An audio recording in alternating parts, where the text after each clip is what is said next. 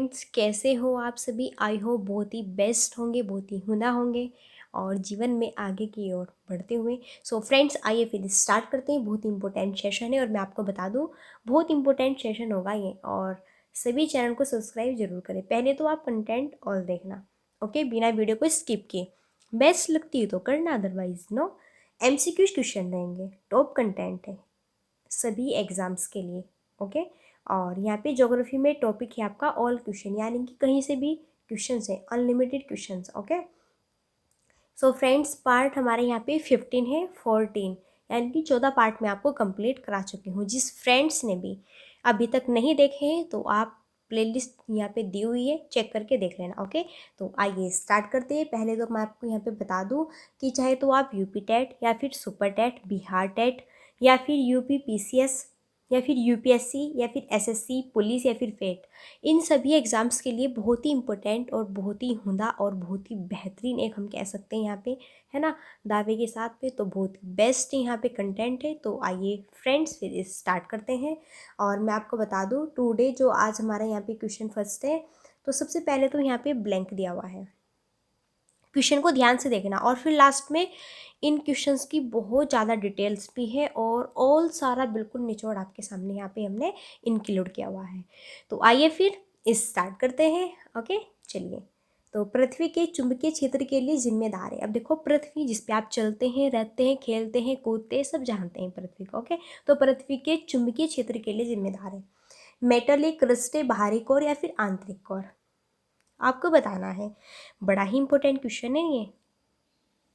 तो पृथ्वी के चुंबकीय क्षेत्र के लिए सबसे ज़्यादा जिम्मेदार है बाहरी कोर, ओके। तो यहाँ पे तो हमारा थर्ड ऑप्शन करेक्ट होगा। आइए, क्यों है ये, चलो जानते हैं अच्छे से। तो आइए फिर। सो फ्रेंड्स, सभी यहाँ पे अच्छे से अपना बने रहिएगा हमारे साथ में, है ना। तो बिल्कुल इंटरेस्टिंग बनाएंगे आपके लिए वीडियोस। आई होप, हम आशा करते हैं कि आपको बहुत ही बेस्ट लगे और आप जो है यहाँ पे बिना स्किप के वीडियो को पूरी वॉच कर सकें।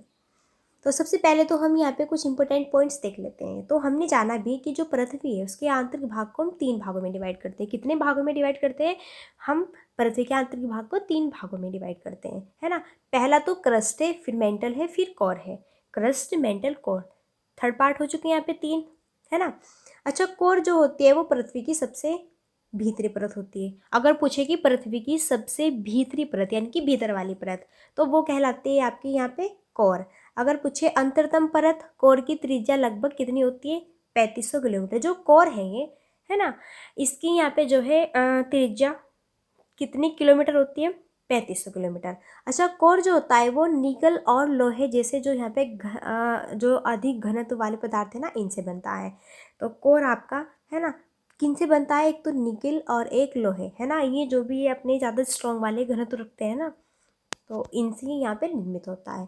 और फ्रेंड्स, केंद्रीय कोर का तापमान और दबाव बहुत अधिक होता है। तो जो कोर होता है ना, कोर का जो केंद्रीय यहाँ पे पॉइंट्स होता है, इसका टेम्परेचर और दबाव बहुत ही ज़्यादा यहाँ पे अधिक होता है। तो फ्रेंड्स, यहाँ पे आई होप ये आपको इंपॉर्टेंट पॉइंट्स, है ना। पहले तो हमने यहाँ पे पढ़ा कि पृथ्वी के जो आंतरिक भाग होते हैं इनको कितने भागों में डिवाइड करते हैं? तो 3 भागों में। एक को क्रस्ट कहते हैं, एक को मेंटल, एक को कोर कहते हैं, है ना। सबसे पहले तो हमने यहाँ पे कोर की आपको फुल यहाँ पे इंफॉर्मेशन दे दी है ना। सो फ्रेंड्स, स्क्रीनशॉट लीजिए, ओके। और फिर चलिए फिर आगे बढ़ते हैं नेक्स्ट अपने फिर नेक्स्ट देखते हैं की पॉइंट्स, बहुत ही बेहतरीन है। कोर को आगे 2 परतों में डिवाइड कर दिया जाता है, जिसे बाहरी कोर और आंतरिक कोर कहते हैं। फिर कोर जो है आगे जाता है और आगे चल के ये 2 भागों में डिवाइड हो जाता है ना। पृथ्वी का बाहरी कोर तरल अवस्था में होता है और आंतरिक कोर ठोस अवस्था में होता है, ओके। तो जो यहाँ पे बाहरी कोर और आंतरिक कोर है, ये कोर का है। तो वही पृथ्वी का जो बाहरी कोर होता है वो तो तरल होता है और जो अंदर का कोर होता है ना, वो बहुत ही ठोस होता है। बाहरी कोर पृथ्वी के चुंबकीय क्षेत्र के लिए जिम्मेदार होता है। तो इसलिए यहाँ पे पूछा है कि पृथ्वी के चुंबकीय क्षेत्र के लिए जिम्मेदार कौन है? तो ये पॉइंट्स पकड़ लो, है ना, बिल्कुल। तो देखो क्वेश्चन कहाँ से पूछा है, इससे पहले कितनी यहाँ पे इन्फॉर्मेशन है, तो क्या आप जानते थे? नहीं ना। तो सबसे पहले तो, है ना, आपको ये नहीं पता था कि ये जो बाहरी कोर है किसका पार्ट है, तो ये कोर का पार्ट है। इसको 2 भागों में हमने इसको बांट दिया ना कि चलो अलग हो जाओ, तुम एक इधर जाओ, इधर जाओ, चलो तुम्हारा खेल खत्म। ओके, तो एक को तो इधर कर दिया, एक को उधर कर दिया, है ना, दोनों को बंटवारा कर दिया, जैसे भाई भाई का बंटवारा, ऐसे ही इनका बंटवारा कर दिया। ओके, तो अब पूछ रहा है कि पृथ्वी के चुंबकीय क्षेत्र के लिए कौन जिम्मेदार है, तो वो बाहरी कोर है।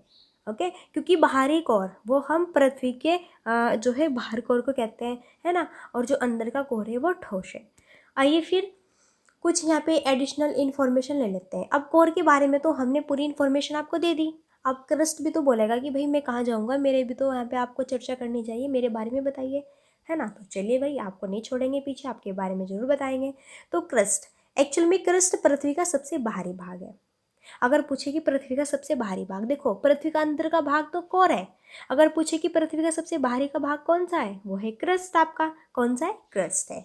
आई क्रस्ट के बारे में अच्छे से इन्फॉर्मेशन ले लेना है।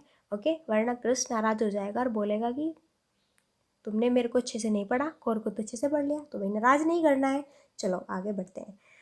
तो यह प्रकृति में भंगुर है, जो ये आपका क्रस्ट है ना, ये प्रकृति में भंगुर है, और यह पृथ्वी की सबसे पतली परत है। ये पृथ्वी की सबसे पतली परत, देखो यहाँ से सारे पॉइंट्स नोट कर लेना, कॉपी पेन लेके बैठ जाओ। ओके, और कोई काम नहीं करना, कॉपी पेन कभी चाय पीते पीते वीडियोस देख रहे हो, चाय पीते पीते वीडियोस देखने का कोई यहाँ पे आपका काम नहीं चलेगा।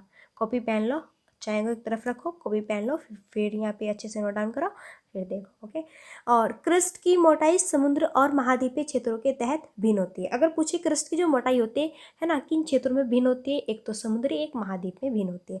तो भाई इतनी इन्फॉर्मेशन हम आपको यहाँ पे क्रस्ट के बारे में दे चुके हैं। तो क्रस्ट नाराज नहीं हुआ क्योंकि आपने इसको अच्छे से देख लिया है मैंने, ठीक है। आई होप आपने इसको देख लिया है। तो चलो फिर अब यहाँ पे बात करते हैं मेंटल की। ये मेंटल क्या है, वही मेंटल माइंड से मैं समझ लेना, हाँ कि दिमाग से मेंटल है। ओके, तो ये एक पृथ्वी की परत होती है। ओके, चलो, तो मेंटल ये पृथ्वी की आंतरिक परत की दूसरी परत है। अब अगर बात करें कि पृथ्वी की आंतरिक परत की दूसरी परत है, वो है मेंटल, और यह मोहो के अलगाव से 2900 किलोमीटर की गहराई तक फैला है। अब ये कितने किलोमीटर तक फैला है, 2900, और उधर वहाँ पे कोर 3500, है ना।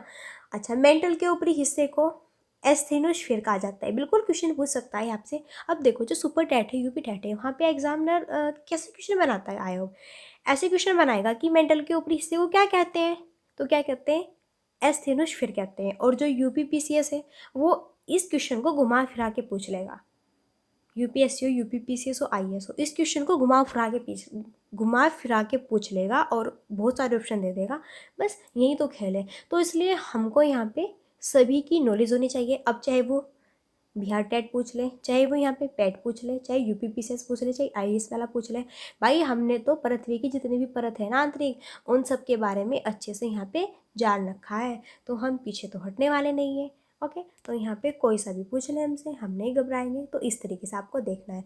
आइए फिर मैं आपको यहाँ पे दिखा देती हूँ इसके बारे में। देखो यहाँ पे मेंटल इधर वाली है ना, ये आउटर कोर है, और यहाँ पे इनर कोर है ना। तो इस तरीके से भाई ये जो पृथ्वी होती है ना, इसके आंतरिक, तो पृथ्वी के हमने यहाँ पे थर्ड पार्ट आपके डिस्कशन किए हैं। आई होप देखो फर्स्ट क्वेश्चन ही था, लेकिन फर्स्ट क्वेश्चन में ही कितना टाइम लगा।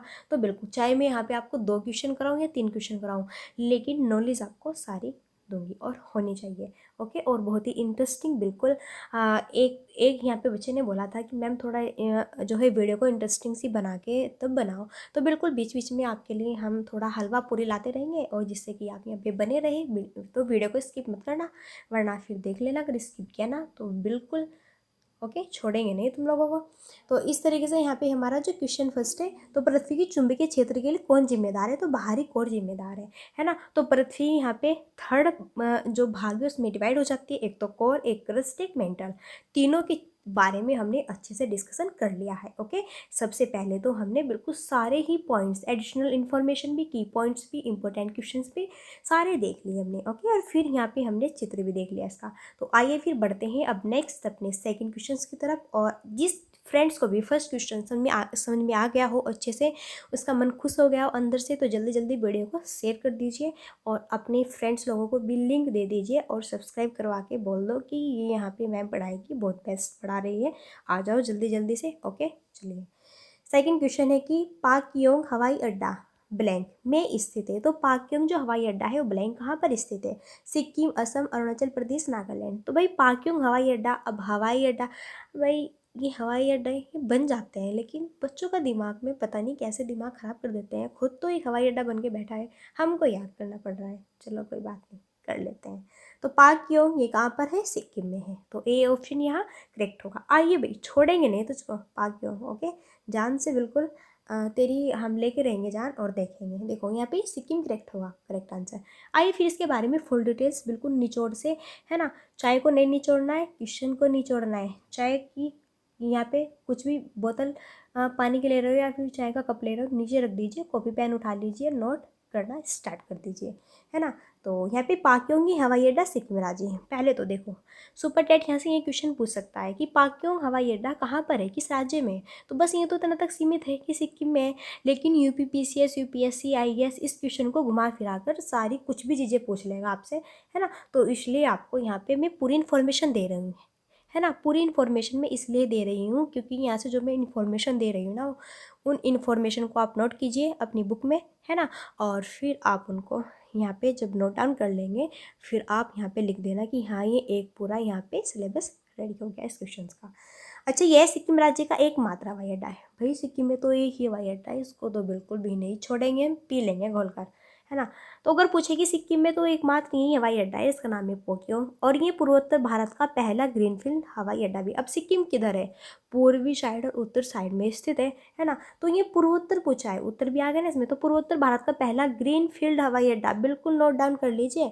अगर पूछे कि पूर्वोत्तर भारत का पहला ग्रीनफील्ड अड्डा, तो वो भी यहाँ पे पाक्योंग, बिल्कुल जान लेके रहेगा तुम्हारी, तुम बच्चों की। ओके, खुद तो हवाई अड्डा बन के बैठा है, तुम लोगों की जान ले ली यहाँ पे इसने।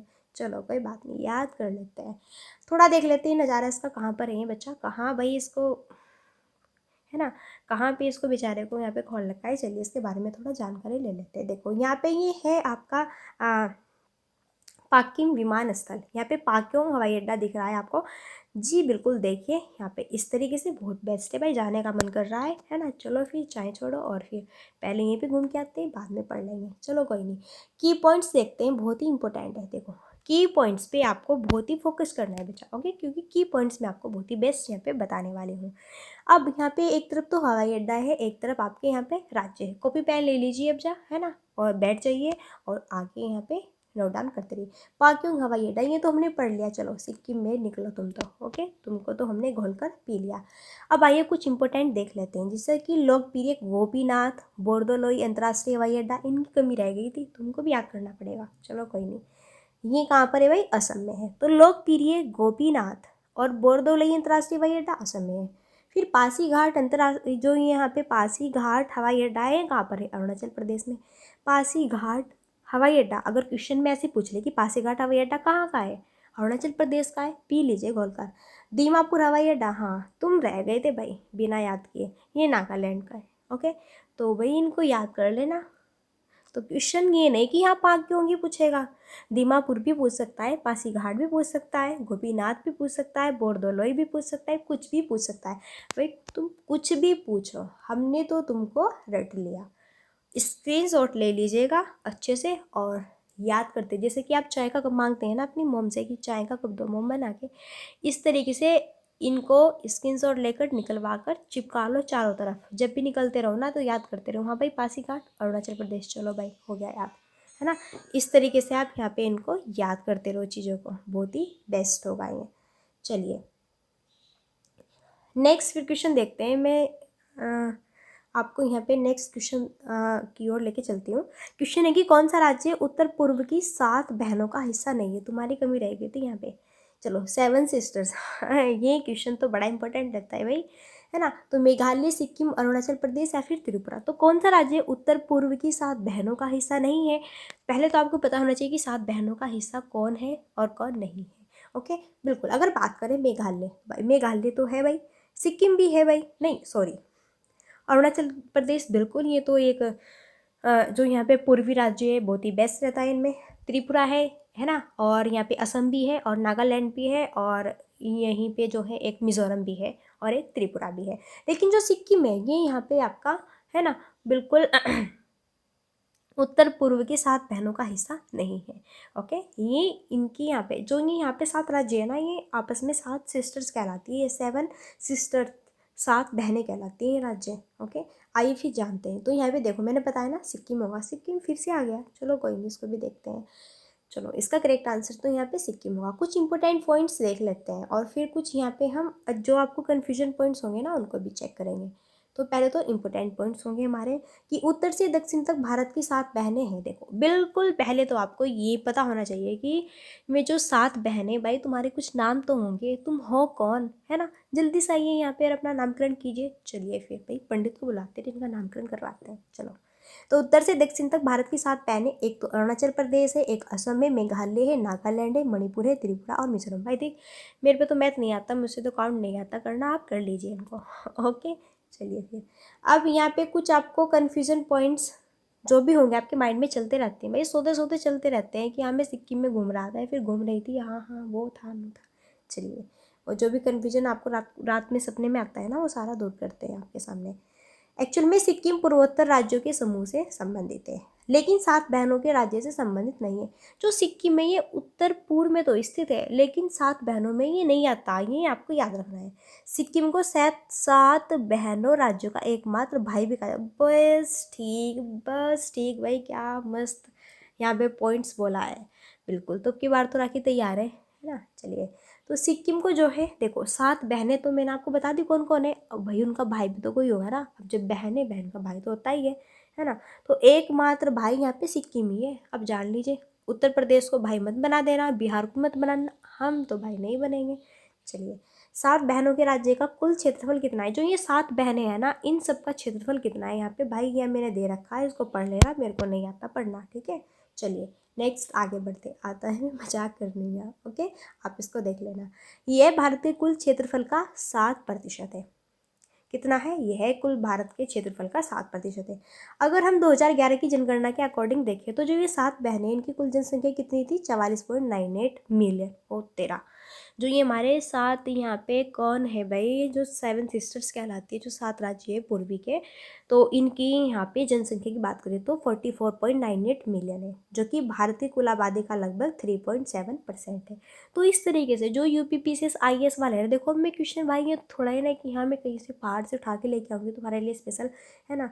क्योंकि भाई मेरे को पता है आपको ये सारी इन्फॉर्मेशन यहाँ पे होनी चाहिए। फिर अगर ये सारी इन्फॉर्मेशन है तो आयोग या फिर आपका जो भी है यहाँ पे विभाग किस तरह से भी क्वेश्चन पुटअप करे तो बस आप बना देंगे, बन जाएगा, हो जाएगा, है ना। अच्छा 1972 में ज्योति प्रसाद सायका के अकॉर्डिंग 7 बहनों की भूमि शब्द गढ़ा गया था। अब ये 7 बहनों की जो यहाँ पे भूमि है, अब ये 7 बहनों का नामकरण किसने किया था, तो चलो पंडित थे या फिर पंडिताई ने, तो यहाँ पे भाई पंडिताई ने, ज्योति प्रसाद सायका, तो ज्योति प्रसाद सायका की पंडिताइन जी है, इन्होंने इनका 7 बहनों का नामकरण किया था यहाँ पे 1972 में। ओके इनको गढ़ लेना भैया, आप अच्छे से याद कर लेना। अब कुछ बहुत ही महत्वपूर्ण यहाँ पे की पॉइंट्स जानते हैं। देखो क्वेश्चन कम कराऊंगी लेकिन बहुत ही बेस्ट होंगे। हाँ वीडियो सिर्फ ओनली 28 या फिर 29 या फिर 30 मिनट्स की होगी, चाहे आपका एक क्वेश्चन हो कंप्लीट, चाहे 2 क्वेश्चन हो, लेकिन हाँ क्वेश्चन आप कैसे पढ़ाऊंगी कि एक क्वेश्चन में चाहे आप 100 क्वेश्चन के बराबर है ना, एक क्वेश्चन 100 क्वेश्चन के बराबर है। एक्स्ट्रा भी यहाँ पे आपको मैं पॉइंट्स और फैक्ट्स बता रही हूँ जितने भी आसपास, ये तो मैं नहीं बताऊँगी कि मैं यहाँ पे पढ़ा तो रही हूँ 7 सिस्टर्स के बारे में, मैं आपको लेके चली गई राजनीति शास्त्र में, ये तो नहीं बताऊँगी, है ना। जो पढ़ा रही हूँ उसके ही अकॉर्डिंग और जितना पढ़ा रही हूँ उतनी ही इन्फॉर्मेशन मैं आपको दूँगी। ये नहीं कि पढ़ा मैं आपको कुछ रही हूँ लेकिन इन्फॉर्मेशन में कुछ और यहाँ पे टपका दूँ, है ना, ये नहीं पढ़ाऊँगी। जो यहाँ पे होगा उसके बारे में अच्छे से आपको इन्फॉर्मेशन फुल आपको मिलेगी। चलिए बढ़ते हैं आगे, पहले जान लेते हैं 7 बहनों के बारे में कुछ इम्पोर्टेंट फैक्ट्स। तो चलिए फिर यहाँ पे देखो, ओपना नहीं ना, तो यहाँ पे आपको नींद आनी चाहिए ना ओपना चाहिए। चाय पीते रहिए, कॉपी पेन लेके रखिए और आगे बढ़ते रहिए। चलो अगर पूछे भाई, अब हम 7 बहनों के बारे में बहुत ही फुल डिटेल से आपको बता रहे हैं। अगर पूछे कि इन 7 बहनों में सबसे बड़ा क्षेत्रफल किसका है, अरुणाचल प्रदेश, यानी कि सबसे बड़ा राज्य कौन सा है इनमें, तो सबसे बड़ी बहन है इनकी अरुणाचल प्रदेश, याद रखना है आपको, सबसे बड़ी अरुणाचल प्रदेश बहन हो इनकी। सबसे छोटा क्षेत्र यहाँ पे त्रिपुरा का, सबसे बड़ी बहन तो अरुणाचल प्रदेश, इनमें सबसे छोटी बेचारी त्रिपुरा है। भाई कोई बात नहीं, रोना मत, तुम त्रिपुरा छोटी हो कोई नहीं चलेगा। सबसे ज़्यादा अधिक जनसंख्या, अच्छा इन 7 बहनों में सबसे ज़्यादा जनसंख्या किसके पास है, ये असम में, वही असम, तुम तो मार गए तुक्का, है ना। असम। असम में चाय मिलती है ना। चाय का जो बागान कहलाता है ना, असम में कहलाता है। सबसे कम जनसंख्या ये है मिज़ोरम में। तो इन 7 बहनों की बात हो रही है आपकी। अगर पूछे कि 7 बहनों में सबसे कम जनसंख्या किसके पास है, तो ये भाई मिज़ोरम के पास है। तो टॉप किस पे रह रहा है? हाँ, असम। और कम बेचारा मिज़ोरम। कोई बात नहीं, रोना मत, तुम्हारे पास भी आ जाएगी ज़्यादा। सर्वाधिक अधिक जनसंख्या घनत्व, तो अगर पूछे इन 7 बहनों में सबसे अधिक जनसंख्या घनत्व वाला, ये भी असम। चलो कोई नहीं, जब तुम्हारे पास जनसंख्या ज़्यादा है तो घनत्व ज़्यादा है तो कोई नहीं, चलेगा। सबसे कम यहाँ पे घनत्व इन 7 बहनों में तो वो अरुणाचल प्रदेश का है। अरुण, तुम बड़ी बहन तो बन के बैठ गई, लेकिन घनत्व के मामले में हम तुम्हें आगे नहीं जाने देंगे। तो इस तरह से यहाँ पे ओके, ये कम है आपका। अच्छा, सबसे ज़्यादा उच्चतम साक्षरता, तो ये मिज़ोरम की है। फिर मिज़ोरम ने पलटा मार दिया, अच्छा मेरे को पीछे छोड़ रहे हैं। फिर सबसे कम साक्षरता इन 7 बहनों में, भाई अरुणाचल प्रदेश। तुमको तो हम अब आगे नहीं बढ़ने देंगे, तुम बन के बैठ गई बड़ी बहन, हम पे चलाओगी रोब। आ जाओ, तुमको देखते हैं, कोई नहीं। विश्व का सबसे बड़ा नदी द्वीप, ये एक बड़ा इंपॉर्टेंट क्वेश्चन है। तो वो है असम में स्थित और इसका नाम है माजुली। ये पूछता है क्वेश्चन कि विश्व का सबसे बड़ा नदी द्वीप किस राज्य में है, क्या नाम है उसका, तो ये असम में है और इसका नाम है माजुली। अच्छा, भारत का सबसे लंबा पुल, भाई पुल की बात रह गई थी। चलो, जब नदी की बात हुई है तो पुल बोलेगा। हाँ, मेरे को छोड़ रहे हैं, मेरे बिना तो नदी भी नहीं जाएगी आगे। तो इसमें असम में लोहित नदी पर बना एक भूपेन हजारिका ब्रिज है। ये बहुत ही इंपॉर्टेंट क्वेश्चन है आपका, है ना। अगर पूछे कि भारत का सबसे लंबा पुल, तो असम में है। कौन सा? लोहित नदी पर बना है और नाम क्या है? भूपेन हजारिका।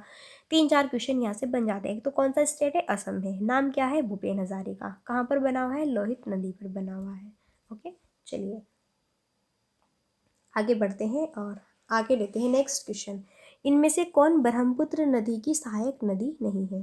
तीस्ता है, सियांग है, टॉन्स है, मानस है। तो ब्रह्मपुत्र नदी की यहाँ पे हम बात करते हैं, कौन सी सहायक नदी नहीं है, वो है टॉन्स। यहाँ पे सी ऑप्शन करेक्ट होगा। ओके, आइए देखते हैं इसके बारे में। ऑप्शन थर्ड यहाँ पे करेक्ट होगा और इम्पोर्टेंट जो की पॉइंट्स हैं उनको जान लेते हैं।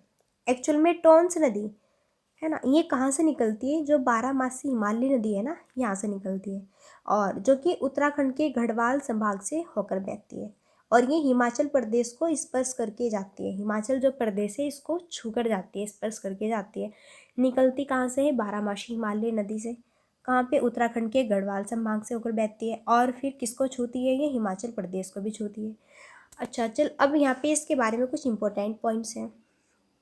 एक्चुअल में यह यमुना नदी की सबसे बड़ी सहायक नदी है। अब जो ये टॉन्स नदी है ना, अब ये यहाँ पे ब्रह्मपुत्र नदी की तो सहायक नदी नहीं है, लेकिन ये अब किसकी है यहाँ पे सहायक नदी? वो है यमुना की। और यमुना किसकी सहायक नदी है, ये आप मेरे को नीचे कमेंट बॉक्स में बताइएगा। इसकी लंबाई कितनी है? टोटल 148 किलोमीटर है और इस नदी का उद्गम कहाँ पर है? बंदरपूंछ पर्वत पर। टोन्स जो नदी है ये उत्तराखंड में देहरादून शहर के पास कलसी के नीचे बहती है। तो जो टॉन्स नदी है उत्तराखंड में देहरादून शहर है ना, तो इसके पास में कलसी है, तो यहाँ पे इसके ये नीचे बहती है।